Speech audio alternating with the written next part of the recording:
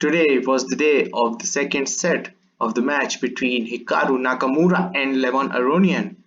Well, set 1 clearly belonged to Hikaru. He totally dominated Levon Aronian, although in the first game also the game was drawn, but somehow he made a critical error by playing King A1 and he lost that game.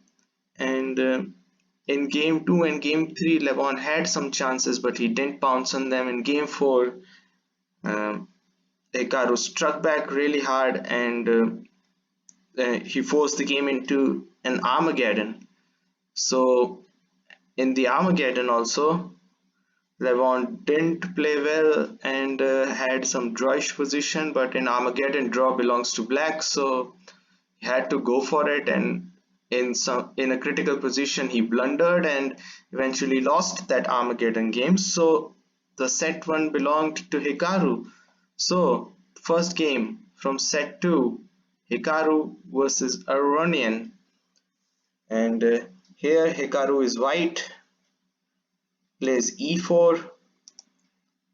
Levon responds with Petrov again, and this so-called center pawn exchange variation, d4 d5, bishop d3, the classical attack, the martial variation of Petrov, both sides castle, c4, and as we really know that instead of bishop d6 you might see knight c6, knight c6, and then when white plays c4 then the knight attacks and then bishop tucks back.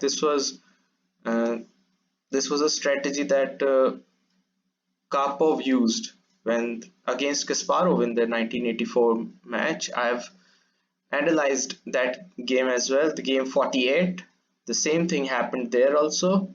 You can find it on the I tab on the right hand corner of the video, where knight b4 would have been met by bishop e2, but Karpov didn't play that. So continuing this, c4, c6, knight c3, knights gets exchanged, and so this is somewhat a compact structure that white desires, and you see this structure can normally rise through a Slav defense, or probably you can see Miran variation of Slav where this happens, and usually there is a pawn here and not here. In Miran you can see this and bishop b7 sort of fianchettoing the bishop on the long diagonal. You see that kind of stuff, but here black has total command in the center. If this knight is somewhat freezed to keeping an eye on this and also stopping queen h4, so this knight has to do a little bit job here. Bishop f5 developing the queen's bishop, very important. Bishop g5 challenging the queen by Hikaru. Levon plays queen a5, probably threatening some sort of discovery. Bishop moving and attacking the bishop, although it's defended by the knight. You get see bishop g4 and then eliminating this and threats on the g5 bishop. That might happen. Nevertheless, rook e1 played, and I thought that knight h4 would have been a better option in that case, because if bishop here you take, and all is well for white also in that case. Nevertheless, the game continues. Knight d7, I don't mind. Knight h4, now he plays knight h4, not too late. Knight b6 attacking the bishop. Bishop tucks back to b3. He's keeping an eye on this diagonal, very important, and also not to play here to exchange your good bishop with this light square bishop. And white would, in a perfect world, would try to grab this one. Rook a e8, and he does. Rook takes e1 check, queen takes f5. That's a good move. Bishop d2, knight d5. So obviously looking to play c4 here, and you might see c4, but The knight's function is to come here and try to get a home here, but it can be easily tucked back by bishop c2. And also probably better try could be to say play queen d7 and rook here, activating the rook. That's not bad either. Queen e2 played, knight f6, so preparing this rook move. Rook e1, this is not possible because queen will simply take, and that would be a back rank disaster for black. Back rank disaster for black. I like this. h6 defends the back rank, so again reinstating this threat. f3, rook e8 happened, queen d1, rook takes e1, bishop takes e1, knight d5. So looking at this pawn, although defended by the bishop at the moment, so nothing fussy is happening here. g3, b5. So he's trying to push his queenside pawns, Levon, trying to create some weaknesses on the queen side of white. But this knight is doing really good, and if this is captured, then queen takes, and a good initiative after, let's say, c5 and b4, black would stand better. Queen e2, queen d7, still not bad. a4 is taking that pawn off. a6, strong holding this pawn, so using a pawn to capture and create a passed pawn like that. c4, so he's really somewhat going for this. Knight goes back to c7, king g2, just getting out of the back rank and activating the king in the center. Might see some queen exchanges being offered, and then this king on the second rank may serve a better job.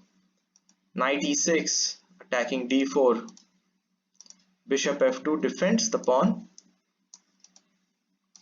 queen e7, so creating somewhat this sort of ideas, who knows, but not in the air at the moment. Queen e4, so probably the idea is to play bishop here and invading black space and trying to threaten mate like this,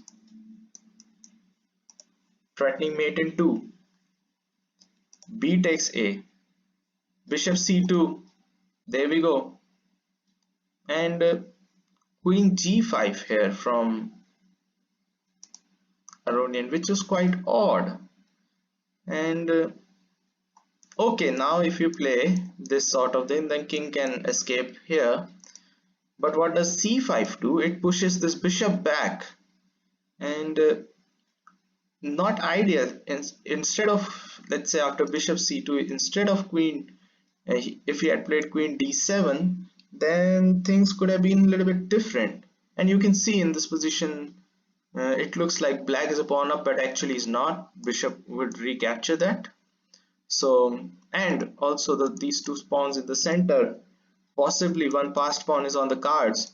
White has a tremendous position, but queen d7 could have been able to hold this. But queen g5, and after c5, it looks like a very much disastrous for black at the moment, because black is somewhat paralyzed as what to do.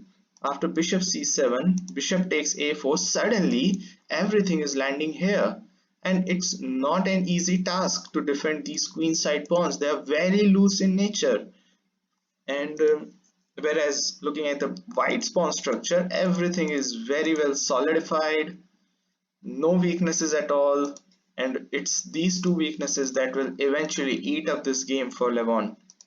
h5, he tries to break towards king side, threatening h4. He plays h4 himself. Good move, just shutting this plan, fixing these h pawns here. Queen d2, so probably try to put this bishop under a pin to try and play knight takes. Well, knight takes won't be possible anyway because of the queen takes, but still, if white isn't careful enough, then these things can happen. Bishop b3, attacking the knight. Knight goes to d8, and now it's all over. Because after queen e8 check, king h7, bishop takes f7, he's a pawn up, one pawn up, knight takes, queen takes f7, and you can see these two pieces cannot attack this white king, and this black king is looking really vulnerable at the edge of the board. After bishop a5, queen f5 check, Levon resigns game 1. So Hikaru in quarterfinal set 2 is one game ahead. Simply these two pawns are on light squares. King goes back, you check here and pick this one, then return back, then check here, then pick this one, two passed pawns, defended passed pawn, and another one, another defended passed pawn by his friend pawn, I should say buddy pawn, and then you again check, you can pick this pawn as well. G6 can't be played because of queen 7, queen f7, deadly move. You can possibly even play king somewhere like f1 and securing everything there, putting this bishop out of the pin and create so many undefendable threats. This is a hopeless position for Levon, so he resigned. So the next games, game 2 and game 3 were drawn. So we reach game 4 of their match, their set 2. And here Levon is white. And when you see Levon's games with white, you can see either d4 or you see c4, nothing else. Or probably in a good world, you might see knight f3, but he hates e4. Probably there are some players who hate e4, don't know for the reason, like uh, Kramnik, Mamedyarov, Chinese players like Wang Hao, Ding Liren, Wei, Yu Yangyi. These kind of players don't play e4 too much. Maybe Wei for in a better life or in Ding Liren might play, but they don't risk e4. But here Levon plays e4. I like this. Levon is going for it. Levon cannot afford a draw in this game. He has to win it. And he saw that in the Armageddon game in set 1, he lost to Hikaru by playing c4 because c4 was so compact. And it was like, for white, I won't lose this. White is saying, if I play one c4, I won't lose this. But in e4, he has to go for it. And Nakamura doesn't play Petrov. He plays Spanish. Well, invited Spanish opening by Levon, and he plays Berlin defense of the Spanish opening, the Ruy Lopez, the inventor of this opening, who was a Spanish guy, and hence the name Spanish opening. And d3, so which means that he doesn't want to go into this endgame variation of the Berlin defense by this castling and this knight d4, knight takes e4 stuff, and then in one way in the variation, the Lermont variation, the queens get off the board. Don't want that. Bishop c5, again if you try this and then you pick the pawn, this doesn't work. Already explained, the queen comes on d4, threatens mate and threatens knight, so you don't want to go there. Bishop takes, d takes, not taking the pawn, just castling. Now this is a threat of taking the pawn. You have to either defend like this, defend like this, defend like this, pinning this knight. So he goes bishop d6, defending like this. Bishop g5, pinning the knight, might see the knight c3 and pushing this pawn here, try to recapture it with the knight and putting more pressure on this pinned knight because black doesn't play h6, or black didn't play h6. Same thing could happen with white. If he doesn't play h3, then this bishop can come here and put knight under the pin and create a lot of tensions, because if then queen gets out of the pin, then as we know the pawn structure. h6 attacking the bishop, bishop h4 keeping that pin. Bishop g4, black does the same. Oh, these arrows, they are very annoying. Knight b d2, defending this knight, so this queen is somewhat free, although there aren't any squares, good squares at which queen can go to at the moment. So possibly try c5 and queen b3, try to attack this pawn. Maybe this is another option, maybe this is one of the options.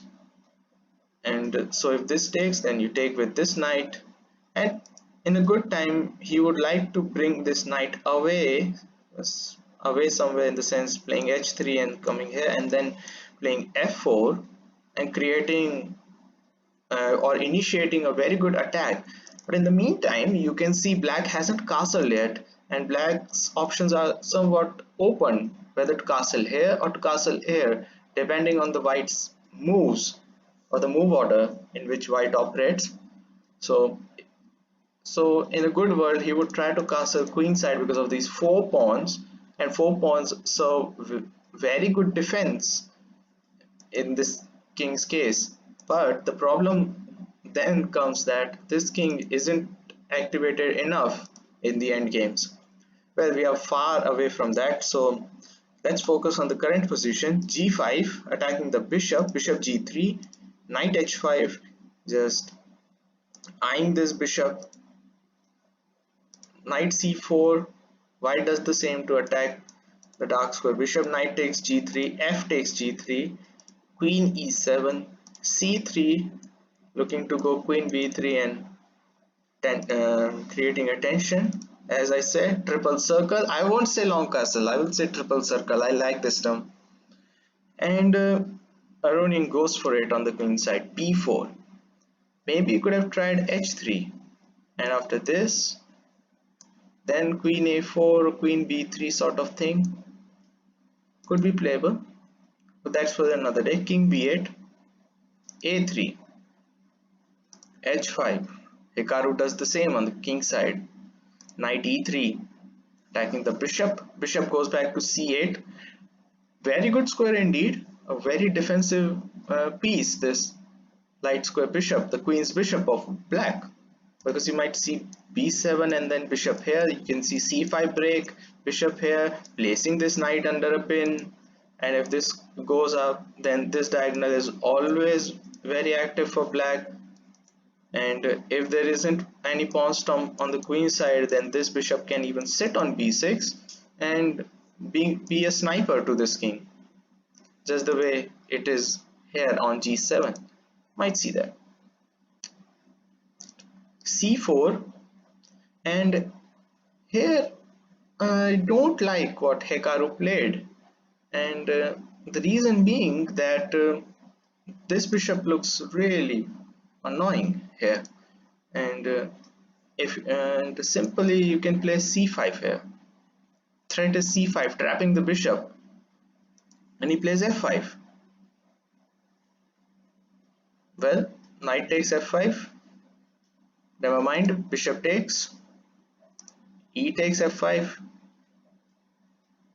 e4, so he attacks the knight and also creating the room for his own bishop if c5 happens. Rook e1, pinning the pawn, and pawn pushes through e3, and already I think that white has a tremendous advantage if he plays d4 and let's say plays c5, and then this bishop looks very much like trapped. In fact, trapped, not very much, indeed trapped, and very much like lifeless, this bishop, and just begging for not to be taken. But queen c1 was like giving something to him, because after g4 it looks like Hikaru's attack is really strong, and this f5 pawn, although it's a passed pawn, it ain't going anywhere.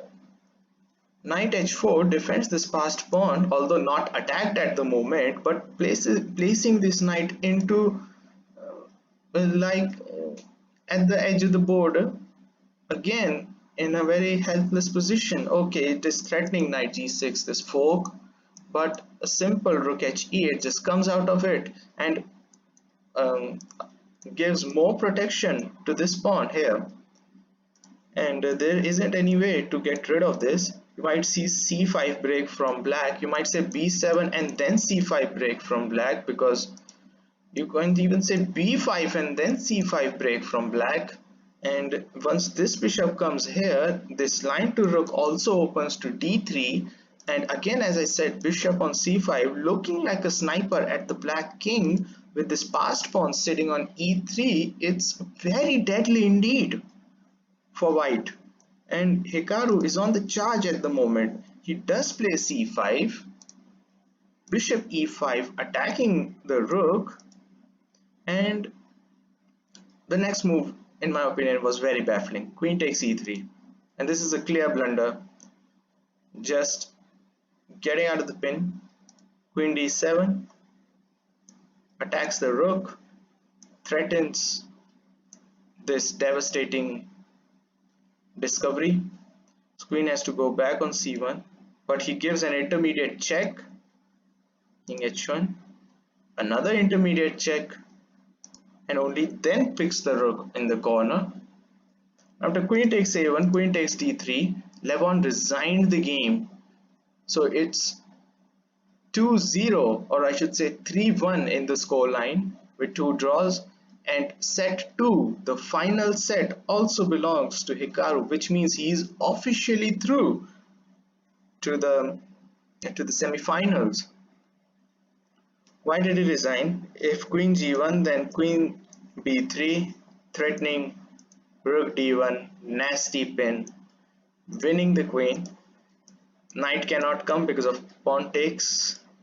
If you play h3, bad luck.